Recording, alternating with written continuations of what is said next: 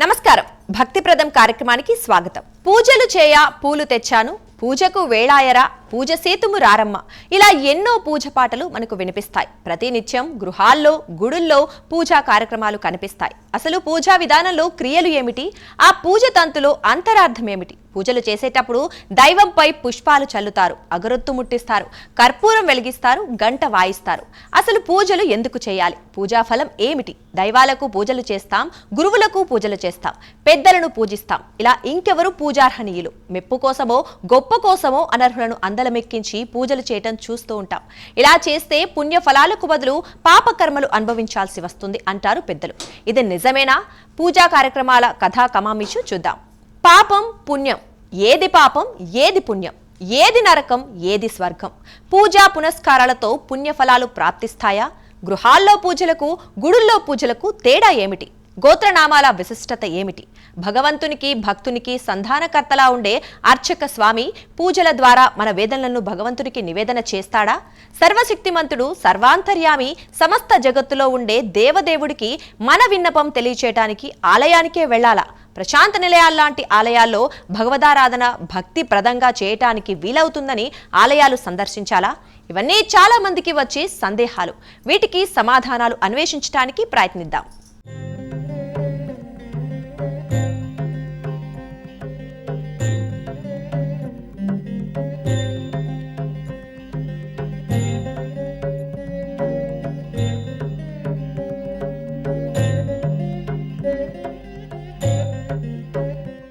నైతిక విలువలతో ప్రవర్తించడం, నైతిక విలువలకు తిలోదకాలు ఇవ్వడం, ప్రధానంగా వీటిని పుణ్య పాపాలుగా చెప్పవచ్చు. మంచి చెడ్డ నడుమ తేడాలను గుర్తించి సక్రమ ప్రవర్తనలో వెళ్లడం నైతిక భావన. తప్పు ఒప్పులను తెలుసుకుని రాంగ్కు చెక్ పెట్టి రైట్ మార్గంలో వెళ్లడం నైతికత. మంచి చెడులను నిర్ణయించడానికి ఉపయోగించే సూత్రాలు, నమ్మకాలను నైతిక విలువలు అంటాం కదా. నిజాయితీ, కరుణ, గౌరవం తదితర లక్షణాలు నైతిక విలువలకు ఉదాహరణలు. నైతిక విలువలతో జీవించడం వల్ల ఆనందం, సంతృప్తి లభిస్తాయి. మత సామరస్యానికి, సమాజంలో ఒకరితో ఒకరు గౌరవంగా మెలగడానికి, మంచి సంబంధాలకు నైతిక విలువలు దోహదం చేస్తాయి. ఎవరి మతాలు, ఆచారాలు, సంప్రదాయాల ప్రకారం వారు నడుచుకుంటూ ఉంటారు. ఎదుటివారి మతాచారాలను, సంప్రదాయాలను గౌరవిస్తారు. ఒకరి పండుగలు, పర్వదినాలకు మరొకరు అభినందనలు, శుభాకాంక్షలు కూడా తెలియజేస్తారు. కొందరు భాగస్వామ్యం అయి మరో మంచి ముందడుగు వేస్తారు.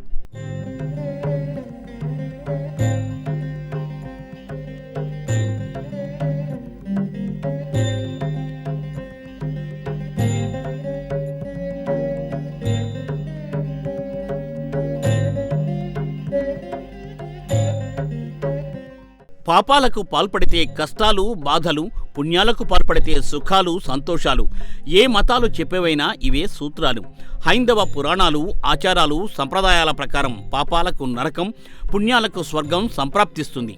ఉత్తమ జన్మలు, అధమ జన్మలకు పుణ్యపాపాలే కారణమని, గత జన్మలో చేసిన పాప ఫలాలైనా పుణ్యఫలాలైనా అనుభవించక తప్పదని పురాణ పెద్దలు చెబుతున్నారు.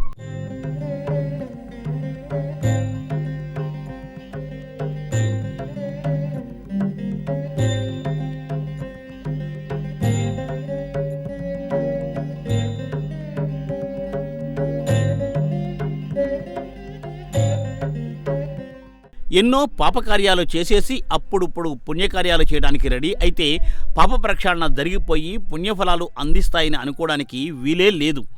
ఏదో దారుణ పాప పని చేసేసి గోవును దానం ఇచ్చేస్తే ఆ పాపం ఈ పుణ్యఫలంతో పోతుంది అనుకోవడానికి వీల్లేదని కొందరు ధార్మిక స్రష్టలు చెబుతున్నారు. ఈ పుణ్యఫలం, ఆ పాపఫలం వేర్వేరు సమయాల్లో అనుభవించాల్సి ఉంటుందని అంటున్నారు వారు.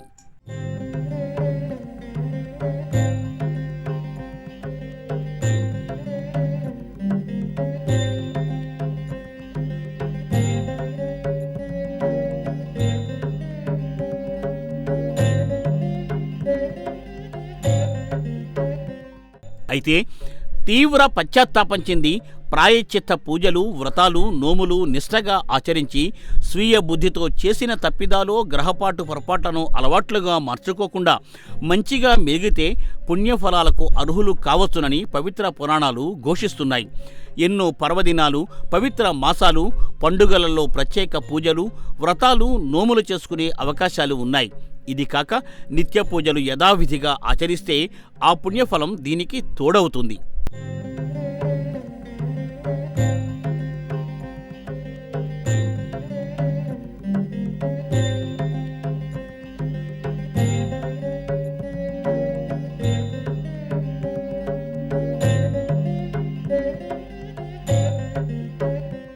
గృహానికి వచ్చిన అతిథికి ఏ రీతిన సన్మాన సత్కారాలు చేస్తామో దైవాన్ని పూజల ద్వారా ఆ రీతిన ఆరాధిస్తాం.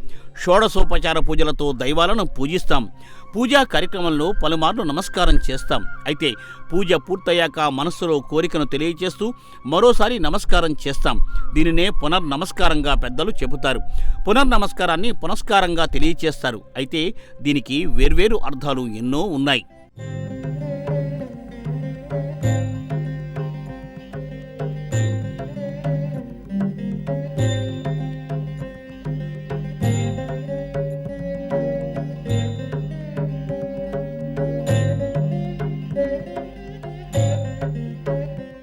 దేవాలయాల్లో అయినా గృహాల్లో అయినా ఎక్కడైనా పూజాధికాలను చేయవచ్చు. అయితే నిర్మలమైన మనసుతో నిష్కళంకంగా దైవంపై ఏకాగ్రతతో పూజలు ఆచరించాలి. దేవాలయాల్లో ప్రార్థనా మందిరాల్లో పూజలు చేయించడానికి అర్చక స్వాములు ఘనాపాటి పూజారులు ఉంటారు. ఆ అర్చక శ్రేష్ఠుల నుండి భక్తులతో పూజలు చేయిస్తూ ఉంటారు. దేవాలయాల్లో పూజలు వ్రతాలకు అనువైన ప్రదేశాలు ఉంటాయి.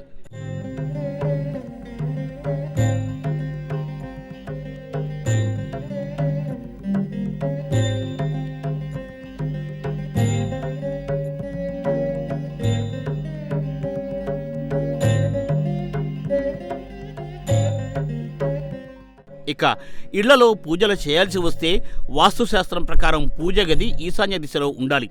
తూర్పు దిశకు అభిముఖంగా కూర్చుని పూజలు నిర్వహించాలి.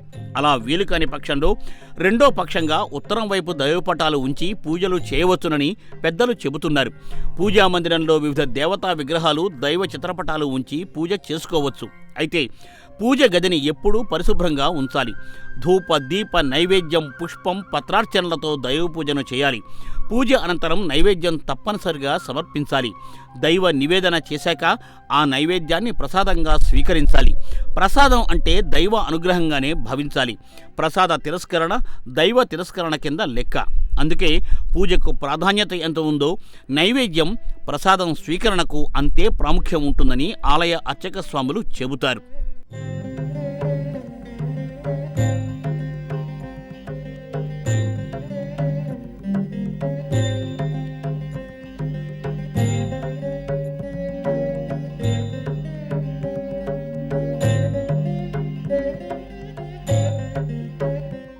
దైవ పూజ ఇంట్లో చేసినా, ఆలయాల్లో చేసినా, ఎక్కడ చేసినా అగరబత్తులు వెలిగిస్తాం.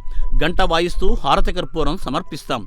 దీని అంతరార్థం ఏమిటంటే భగవంతునికి ఆహ్లాదకర వాతావరణంలో సౌగంధిక పుష్ప పరిమళ సువాసనలతో ప్రశాంత మనస్సుతో పూజలు చేయాలి. అందుకే అగరబత్తులు వెలిగించి సాంబ్రాణిని ధూపంగా వేస్తారు.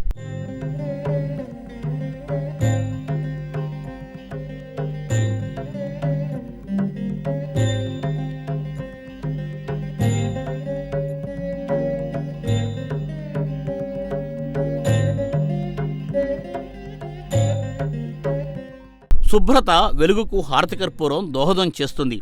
ఎక్కడెక్కడ ఉన్న భక్తులు పూజా కార్యక్రమంలో పాల్గొనడానికి దైవగంట వినియోగిస్తారు. దైవగంట మోగించడం అంటే దైవశక్తిని ఆహ్వానించడమే. ఇక ఈ ఘంటా నినాదంతో దుష్టశక్తులు ఫలాయన మంత్రం పఠిస్తాయని పురాణ పెద్దలు చెబుతూ ఉంటారు. అంతా శుభకర వాతావరణం ఏర్పడుతుందని అంటున్నారు. హారతి కర్పూరంతో దైవానుగ్రహం సులభతరం అవుతుందని తెలియచేస్తున్నారు.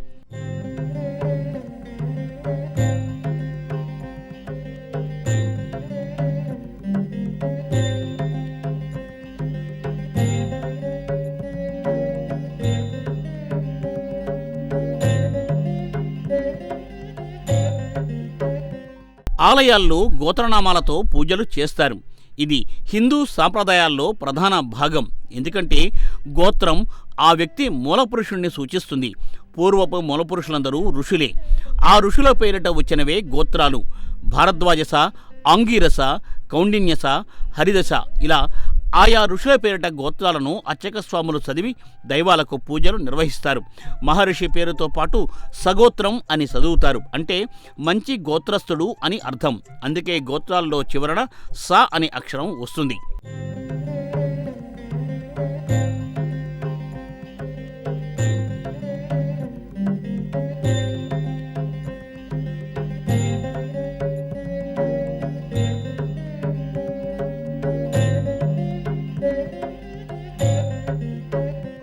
భక్తుని నామధేయం ఆ వ్యక్తి వంశవృక్షంలోని ఆదిపురుషుని స్మరించుకుని దైవ ఆరాధన చేయడం గొప్ప సాంప్రదాయం. మూలపురుషుని స్మరిస్తూ ఆ మహనీయుని వారసత్వాన్ని గౌరవిస్తూ దీనికి తమ నామధేయాన్ని జోడించి పూజలు అర్చనలు చేయించుకోవడం అత్యుత్తమ పూజా విధానం. దీనికి సంపూర్ణ దైవానుగ్రహం ఉంటుందని పెద్దలు చెబుతూ ఉంటారు. భక్తులు కొన్ని ప్రత్యేక గోత్రనామాలతో పూజలు చేయించుకుంటూ ఉంటారు. గోత్రనామాలతో పూజలు చేయించుకుంటే సమస్త పాపాలు హరించి సర్వ పుణ్యఫలాలు లభిస్తాయని పెద్దలు వెల్లడిస్తున్నారు.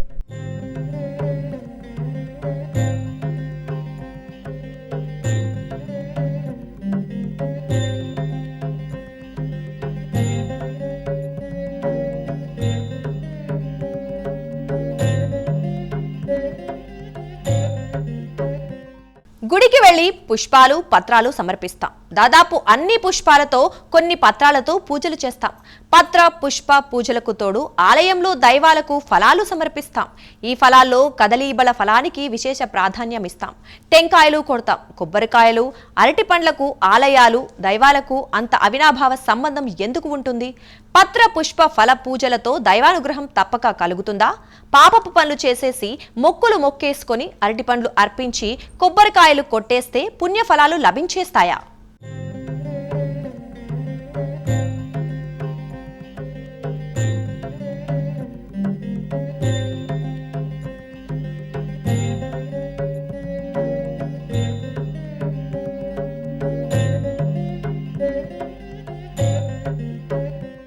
దైవాలకు పూజలు తప్పనిసరిగా చేయాలి.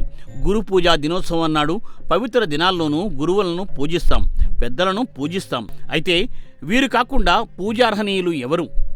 గురుముఖ అసురులు, ప్రజాకంఠకులు, గోముఖ వ్యాఘ్ర పెద్దలు భక్తాగ్రేసరులుగా చలామణి అవుతూ అంతర్గతంగా దైవాన్ని విశ్వసించని వారు కొందరు భక్తుల నుండి భగవత్ స్థానం పొందడానికి ప్రయత్నిస్తారు.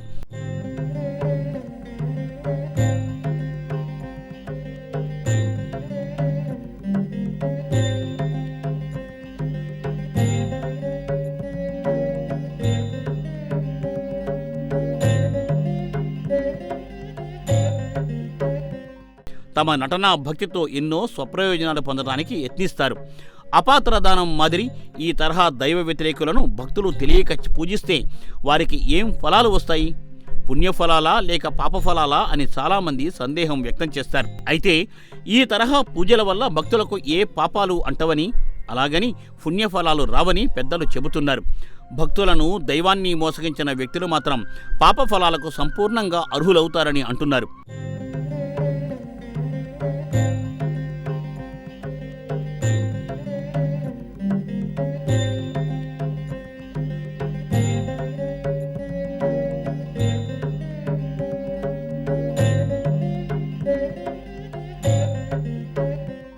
ఒక్కో దైవానికి ఒక్కో ప్రీతిపాత్రమైన పత్రం, పుష్పం, ఫలం ఉండవచ్చు. అయితే త్రికరణ శుద్ధిగా నిష్కళంక భక్తితో పత్ర, పుష్ప, ఫల తోయాది సమర్పించిన వారు తాము సంతోషంగా స్వీకరిస్తానని గీతాచార్యుడు తెలియచేశాడు కదా. అందుకే నిర్మలమైన భక్తితో పూజాధికాలు చేసి ఈ సమర్పణలు చేయాలి. దైవాల్లో విష్ణువు అలంకార ప్రియుడైతే శివుడు అభిషేక ప్రియుడు, పరమ భాగవతోత్తముడు. సదా నారాయణ నామస్మరణతో కాలం గడిపే నారదుడు కలహప్రియుడు. నారదుడు సృష్టించి కలహ కారణాలన్నీ లోక కళ్యాణం కోసమే ఉంటాయి. దైవంతో దుష్ట శిక్షణ, శిష్ట రక్షణ చేయించడంలో పరోక్ష పాత్రధారి నారద మహాముని.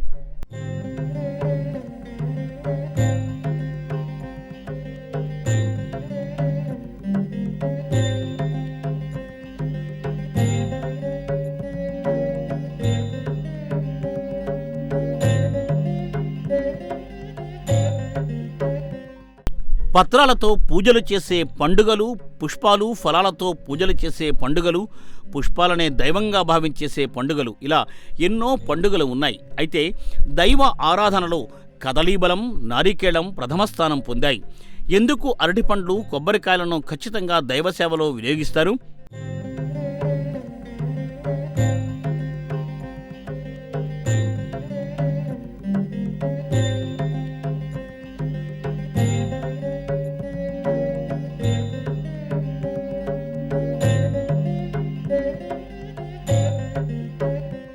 హైందవ సంస్కృతిలో దైవ ఆరాధనల్లో నారికేళ ఫలానికి ఉన్న విశిష్టత అంతా ఇంతా కాదు. గుడిలో కానీ ఇంట్లో కానీ దైవ పూజలో కొబ్బరికాయ కొట్టడం అనాదిగా వస్తున్న ప్రధాన ఆచారం. దైవానికి కొబ్బరికాయ కొట్టడం అంటే మనలను మనం దైవానికి అర్పించుకోవడం. ఆత్మ సమర్పణగా దీన్ని పెద్దలు చెబుతారు. వాంఛారహితంగా ఉండడానికి, అహంకారాన్ని దూరం చేసుకోవడానికి, మన క్లేశాల నుండి బయటపడడానికి చక్కని తరుణోపాయం దైవానికి నారికేళ ఫలం సమర్పించడం అని పెద్దలు చెబుతున్నారు.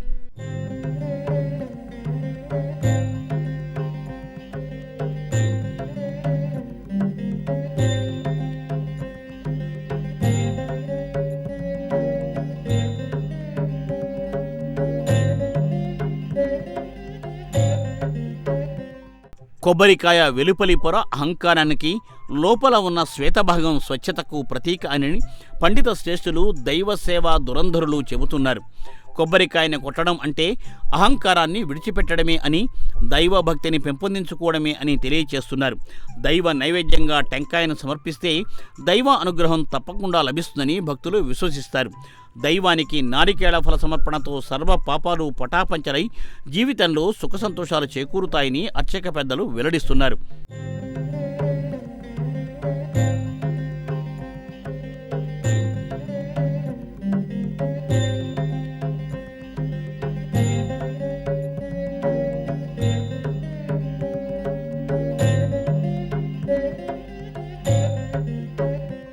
సృష్టి, స్థితి, లయకారకులైన త్రిమూర్తుల చిహ్నంగా కొందరు కొబ్బరికాయను భావిస్తారు. కొబ్బరిలోని అణువణువు దైవంగా భావిస్తారు. వైష్ణవ పెద్దల కొందరు కొబ్బరి తరువును లక్ష్మీనారాయణల ప్రతిరూపంగా చెబుతారు. కొబ్బరిలో దైవాంశ ఉన్నందువల్లే కొబ్బరి జలం దివ్య ఔషధ జలంలా పనిచేసి అన్ని వ్యాధుల నుండి రక్షణ కల్పిస్తుందని పెద్దలు అంటున్నారు.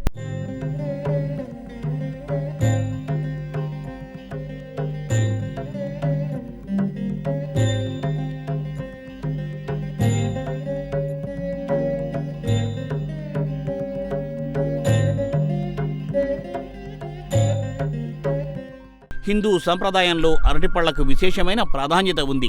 దైవ పూజల్లో కదలీబల పత్రంలో నైవేద్యం సమర్పిస్తారు. నైవేద్యంగా అరటి పండ్లను సమర్పిస్తారు. అరటి ఆకులలో దైవశక్తి ఉంటుందని భక్తులు విశ్వసిస్తూ ఉంటారు. అందుకే పత్రాలు, పుష్పాలు ఉంచడం దగ్గర నుండి భోజనాల వరకు అరటి ఆకును విశేషంగా వినియోగిస్తారు. సాక్షాత్తు శ్రీమన్నారాయణుడు, మహాలక్ష్మి అమ్మవారు కదలీబల పత్రంలో ఉంటారని పురాణ పెద్దలు చెబుతున్నారు.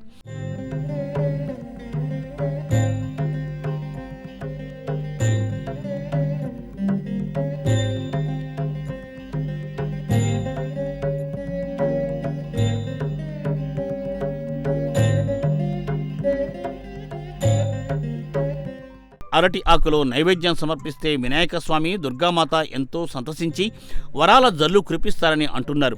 అరటి ఆకులో నైవేద్యాలు సమర్పిస్తే సహేతుకమైన సమస్త కోరికలు తీరి అష్టైశ్వర్యాలు, ఆయుర ఆరోగ్యాలు సిద్ధిస్తాయని అంటున్నారు. ఇంట్లో ఆనందం, శాంతి, శ్రేయస్సుకు అరటి వినియోగం అత్యంత ఆవశ్యకమని చెబుతున్నారు.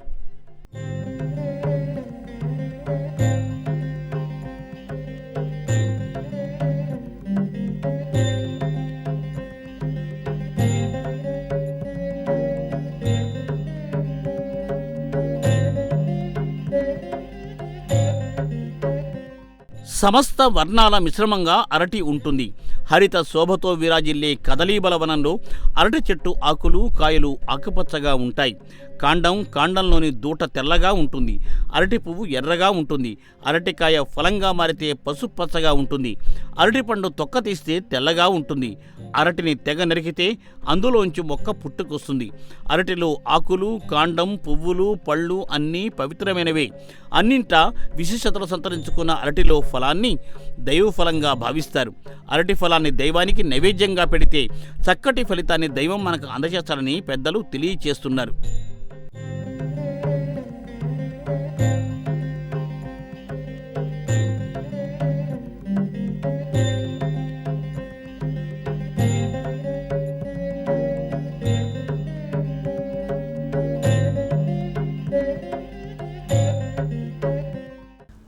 అడుగు పెడితే దక్షిణ ప్రదక్షిణ తప్పనిసరి కదా. ప్రార్థనలతో పూజలతో దక్షిణతో దైవ దాక్షిణ్యం పొందుతాం. అయితే ప్రదక్షిణ ఎందుకు చేయాలి?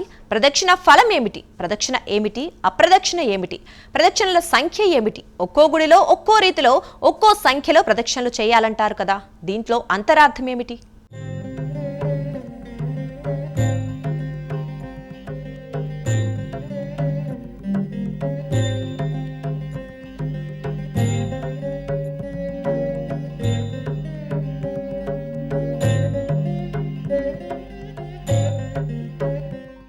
బయలుదేరిన చోటికే చుట్టూ తిరిగి రావడాన్ని ప్రదక్షిణం అంటారు. హైందవ, ఆర్ష, సనాతన ధర్మాల ప్రకారం ప్రదక్షిణ ఎంతో విశిష్టమైనది. ప్రదక్షిణ ఎప్పుడూ ఎడంవైపు నుండి కుడివైపునకు చేయాలి. ఆలయంలో ప్రవేశించాక నేరుగా దైవ దర్శనానికి వెళ్లకుండా ధ్వజస్తంభం నుండి ప్రదక్షిణ చేసి ఆలయంలో దైవాన్ని సందర్శించుకోవాలి. సాధారణంగా 3 సార్లు ప్రదక్షిణ చేయాలి. ఆయా పుణ్య ప్రదేశాలు, పవిత్ర క్షేత్రాల ఆచార సాంప్రదాయాల ప్రకారం ఎన్ని మార్లు చేయాలి అనేది ఉంటుంది. దేవాలయాల్లో 108 ప్రదక్షిణలతో ఉత్తమోత్తమ ఫలితాలు సాధించవచ్చునని పురాణ పెద్దలు అంటున్నారు.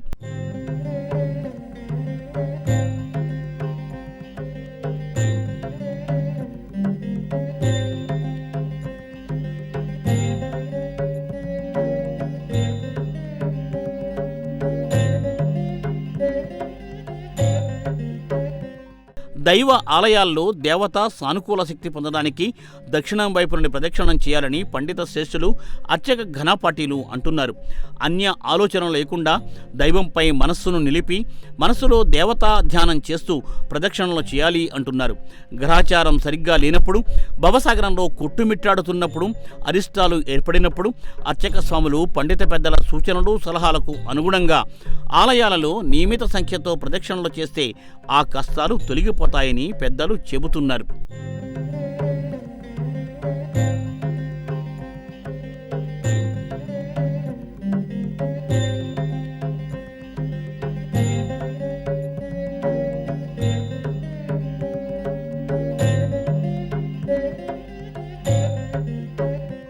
ప్రదక్షిణలో ఎన్నో రకాలు ఉన్నాయి. ఆలయంలో ధ్వజస్తంభం నుండి ప్రదక్షిణ ప్రారంభించి తిరిగి అక్కడికే చేరడం సాధారణ ప్రదక్షిణ. తన చుట్టూ తాను చేసే ప్రదక్షిణ ఆత్మ ప్రదక్షిణ. శివాలయాల్లో ప్రదక్షిణలు, అర్ధ ప్రదక్షిణలు, చండీ ప్రదక్షిణలు ఉంటూ ఉంటాయి. సాధారణ ప్రదక్షిణను పాద ప్రదక్షిణం అంటారు. దైవభక్తిలో నిండా మునిగి దండ ప్రమాణాలు ఆచరిస్తూ చేసేది దండ ప్రదక్షిణం. శరీరాన్ని కష్టపెడుతూ భూమికి శరీర అవయవాలు తగిలేలా చేస్తూ దొర్లుకుంటూ చేసేది అంగ ప్రదక్షిణం అంటారు. ఇక దైవం కొలువై ఉన్న కొండ చుట్టూ చేసేది గిరి ప్రదక్షిణ.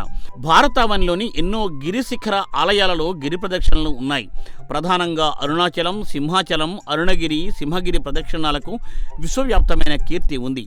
కొండగట్టు ఆంజనేయ స్వామి ఆలయ గిరి ప్రదక్షిణ పైన పెద్ద సంఖ్యలో భక్తులు ప్రత్యేక దృష్టి సారిస్తున్నారు.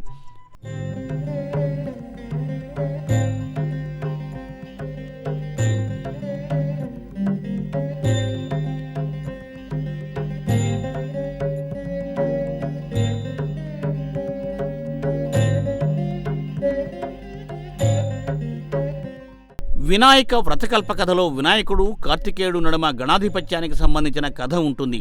ముల్లోకాలు తిరిగి ముందుగా వచ్చిన వరకే గణాధిపత్యం అనే పోటీ రావడంతో కుమారస్వామి తన మయూర వాహనంలో లోకాలను వాయువేగంతో చుట్టి వచ్చేస్తూ ఉంటాడు. భారీ కాయంతో చిట్టెలుక వాహనంతో కుమారస్వామితో పోటీ పడడం గణేశుడికి కష్టతరం అవుతుంది. తల్లిదండ్రులకు ముమ్మారు ప్రదక్షిణం చేస్తే సమస్త లోకాలు చుట్టిన ఫలం దక్కుతుందని ధర్మసూక్ష్మాల్లో ఉండడంతో వినాయకుడు తన తల్లిదండ్రులైన పార్వతీ పరమేశ్వరుల చుట్టూ ప్రదక్షిణం చేస్తాడు. తల్లిదండ్రులకు ప్రదక్షిణం చేస్తేనే పుణ్యఫలం వస్తుంది. ఇక ఆదిదంపతులైన పార్వతీ పరమేశ్వరులకు ప్రదక్షిణం అంటే ఇంకా ఆ పుణ్యఫలం వర్ణించడం ఎవరితరం కాదు. గణేశుడు చతురతతో, మేధో సంపన్నతతో చేసిన ఈ ప్రదక్షిణ ఫలంతో గణాధ్యక్షుడు అవుతాడు.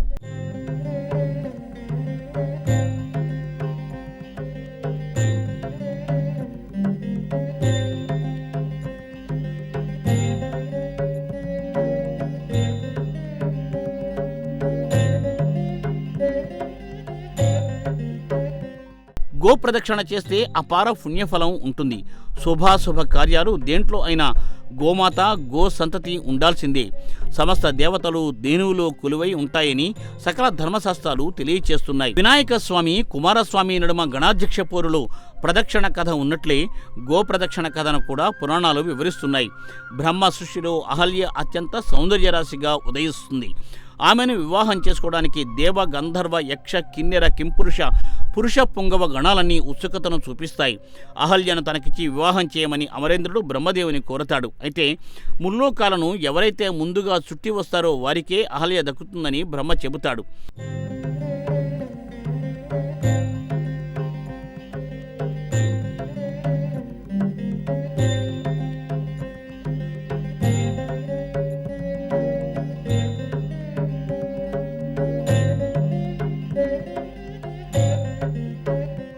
స్వర్గ లోకాధిపతి ఇంద్రుడు ముల్లోకాలు తిరుగుతూ ఉండగా గౌతమ మహాముని గోవు చుట్టూ 3 ప్రదక్షిణాలు చేస్తాడు. గో ప్రదక్షిణతో గౌతముడు ముల్లోకాలను అరక్షణంలో చుట్టి వచ్చినట్లయింది. దీంతో నారదుడు గౌతముని యుక్తి గోభక్తిని శ్లాఘిస్తాడు. చివరకు స్వర్గాధిపతి ఓటమిని అంగీకరిస్తాడు. అహల్య గౌతముని భార్య అవుతుంది.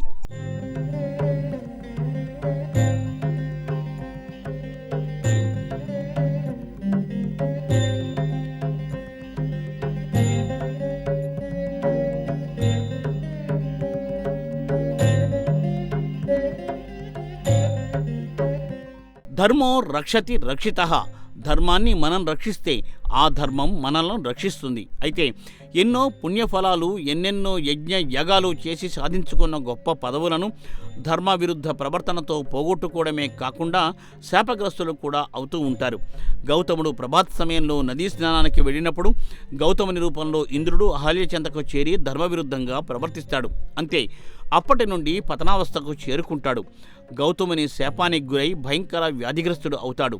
బండరాయిగా పడి ఉంటాడు. చివరకు పండరీపురంలోని పవిత్ర చంద్రభాగ జలాల స్పర్శతో ఇంద్రుడు శాప విముక్తుడు అవుతాడు. ధర్మ విరుద్ధంగా ప్రవర్తిస్తే ఎంతటి వారికైనా ఆ పాప ఫలాలు అనుభవించక తప్పదని పెద్దలు చెబుతూ ఉంటారు.